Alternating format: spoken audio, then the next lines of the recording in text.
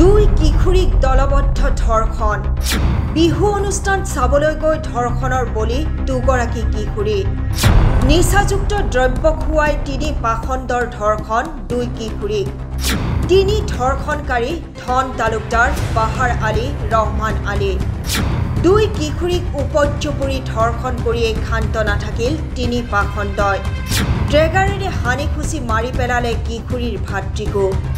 ৰাজ্য কঁপাই যোৱা ঘটনাৰ স্থান দুধনৈ ৩ মে'তেই দুধনৈত ঘটিছিল এই ভয়ানক ঘটনা দুই কিশোৰী গৈছিল বিহু অনুষ্ঠান উপভোগ কৰিবলৈ ভাবিছিল বিহু চাই আনন্দ ল'ব কিন্তু ভবাটো নাছিল এনে পাশবিক কাণ্ড যে সংঘটিত হ'ব কিশোৰী দুগৰাকীৰ সৈতে ঘৰলৈ উভতি অহাৰ সময়তে দুই কিশোৰীক নিচাযুক্ত দ্ৰব্য খুৱাই দিলে তিনি পাখণ্ডই তাৰ পিছতেই আৰম্ভ কৰিলে উপৰ্যুপৰি ধৰ্ষণ ৫ মে'ত ভুক্তভোগীৰ পৰিয়ালে এজাহাৰ দাখিল কৰিলে আৰক্ষী থানাত ৫ মে'ৰ দিনাই আকৌ ধৰ্ষণকাৰী ধন তালুকদাৰৰ ঘৰত দুই ফৈদৰ মাজত হৈছিল তুমুল মাৰপিট এই আক্ৰমণ প্ৰতি আক্ৰমণত নিহত হয় নিৰ্যাতিতা এগৰাকী কিশোৰীৰ ভাতৃ নাম কিৰণময় খাকলাৰী এই কিৰণময় খাকলাৰী নামৰ ভাতৃজনে এই আক্ৰমণত প্ৰাণ হেৰুৱাবলগীয়া হ'ল ইয়াৰ পিছতে আৰক্ষীয়ে পলাবলৈ খোজোতে গ্ৰেপ্তাৰ কৰে তিনি ধৰ্ষণকাৰী ধন তালুকদাৰ বাহাৰ আলী আৰু ৰহমান আলীক আৰক্ষীয়ে ইতিমধ্যে এই তিনি ধৰ্ষণকাৰীৰ বিৰুদ্ধে ৰুজু কৰিছে কেইবাটাও গোচৰ হয় নিখিল বড়ো ছাত্ৰ সন্থাৰ আৰু নিখিল ৰাভা ছাত্ৰ সন্থা আমি যৌথভাৱে আজি ভালাপাৰা গাঁৱত যি গৰাকী দুৰ্ভগীয়া হিৰণময় খাকলাৰীক যাক বৰ্বৰভাৱে হত্যা কৰা হ'ল বা হানি খুচি ডেগাৰ আৰু জং লাঠিৰে আক্ৰমণ কৰি পেলাই যোৱা ৫ তাৰিখে যেতিয়া এই ঘটনাটো হৈছিল সেই খবৰ ল'ব যাওঁতে টাঙাবাৰী গাঁৱৰ এই যে ধন আলী তালুকদাৰ আৰু বাহাৰ আলী আৰু ৰহমান আলী তেওঁলোকে ৩ তাৰিখে যে ইয়াত দুধনৈত যে বিহু চাব অহা দুগৰাকী যে কণমানিক তেখেতসকলক মানে ধৰ্ষণ কৰা হৈছিল আৰু এই ধৰ্ষণ কাণ্ডৰ পিছত ৫ তাৰিখে হিৰণময় খাকলাৰীক হানি খুচি মানে আক্ৰমণ কৰা হ'ল আৰু ১৬ তাৰিখে নিশা তেওঁ মৃত্যু সাৱটি ল'ব লগা হ'ল আৰু এই মানে আটাইতকৈ যি বৰ্বৰ আৰু দুৰ্ভাগ্যজনক যি ঘটনা সেই ঘটনাক আজি আমি খবৰ ল'লোঁ বুজ ল'লোঁ আৰু নিখিল বড়ো ছাত্ৰ সন্থাৰ স্পষ্ট দাবী যে ধন আলী তালুকদাৰ যি ধৰ্ষণকাৰী বাহাৰ আলী আৰু ৰহমান আলীক যি গ্ৰেপ্তাৰ কৰিছে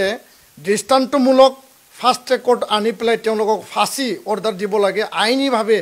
কঠোৰৰ পৰা কঠোৰ শাস্তি বিহিব লাগে আৰু এই হিৰণময় খাকলাৰীক বৰ্বৰভাৱে যি আক্ৰমণ কৰিলে ডেগাৰেৰে হানি খুচি কৰিলে চেকবৰ আলী আৰু পাৰ্মিনা বেগম তেওঁলোককো গ্ৰেপ্তাৰ কৰা হৈছে কিন্তু গ্ৰেপ্তাৰে শেষ কাম নহয় আইনীভাৱে তেখেতসকলক যিখিনি দৃষ্টান্তমূলক শাস্তি বিহিব লাগে সকলো কাম যাতে আইনী আওতাত আৰু জিলা প্ৰশাসন আৰক্ষী প্ৰশাসন মুখ্যমন্ত্ৰী ডক্টৰ হিমন্ত বিশ্ব শৰ্মা ডাঙৰীয়াক আমি আহ্বান জনাইছোঁ ডিজিপি ডাঙৰীয়াক আমি আহ্বান জনাইছোঁ যে এই যে ধৰ্ষণ কাণ্ড আৰু ধৰ্ষণৰ পিছত আক্ৰমণ কৰি পেলাই যি এটা হত্যাকাণ্ড সেই হত্যাকাণ্ড কোনো কাৰণত যাতে মানে দোষী যাতে সাৰি নাযায় আৰু ইয়াৰ কাৰণে আমি চিধাচিধিকৈ কৈছোঁ যে বাংলাদেশী চিন্তাৰ মানুহবিলাকহে তেনেকুৱা কাম কৰিব পাৰে আৰু ইয়াৰ কাৰণে সেই যি মানে যি কাণ্ড সেই পৰিয়ালটো সকলো লোক জড়িত হৈ আছে আৰু সেই পৰিয়ালটোৱে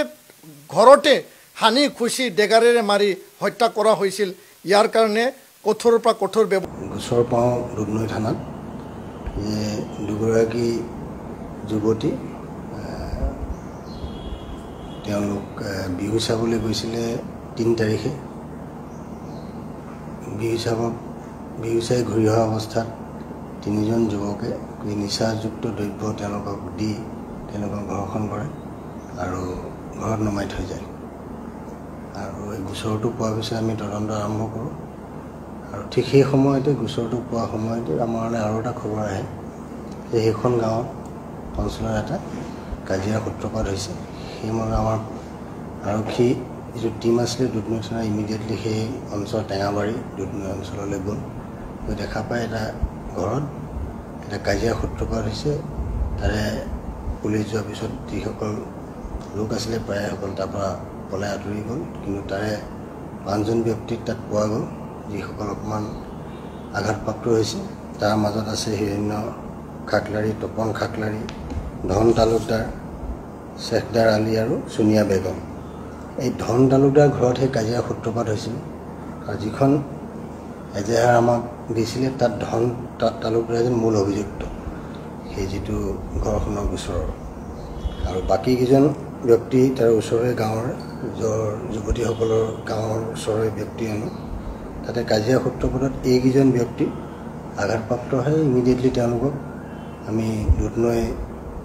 চিকিৎসালয়লৈ আনি চিকিৎসা প্ৰদান কৰোঁ তাৰ মাজতে হিৰণ্য খাকলি অলপ জখমটো গুৰুত্বৰ কাৰণে তেওঁ উন্নত চিকিৎসাৰ কাৰণে তেওঁক গুৱাহাটীলৈ প্ৰেৰণ কৰা হয় তাৰপিছত আমি তদন্ত আৰম্ভ কৰোঁ তদন্ত আমি 3জন ব্যক্তিক ঘৰখনৰ ওচৰত ইতিমধ্যে এৰেষ্ট কৰিছোঁ যি 3জন ব্যক্তি তাত ইনভলভ আছে বুলি আমি পাইছোঁ তাৰ পৰৱৰ্তী সময়ত আৰু এটা গোচৰ আমি ল'লোঁ এই কাজিয়া সূত্ৰপাতৰ গোচৰটো তাতে সেই ব্যক্তিজন 17 তাৰিখে GNRC নৰ্থ গুৱাহাটীত তেওঁ এই চাকমটো ইঞ্জুৰিজ তেওঁ মৃত্যু হ'ল আৰু সেই কেছটো মাৰ্ডাৰ কেছলৈ আমি কনভাৰ্ট কৰি মাৰ্ডাৰ কেছলৈ ৰুজু কৰি তাত যিসকল মানুহ ইনভলভ আছে সেইখিনি চিনাক্ত কৰিছোঁ আমি আৰু কাজিয়া সূত্ৰপাত কেনেকৈ হ'লে গোটেইখিনি তদন্ত হৈ আছে ব্যুৰো ৰিপৰ্ট SC নিউজ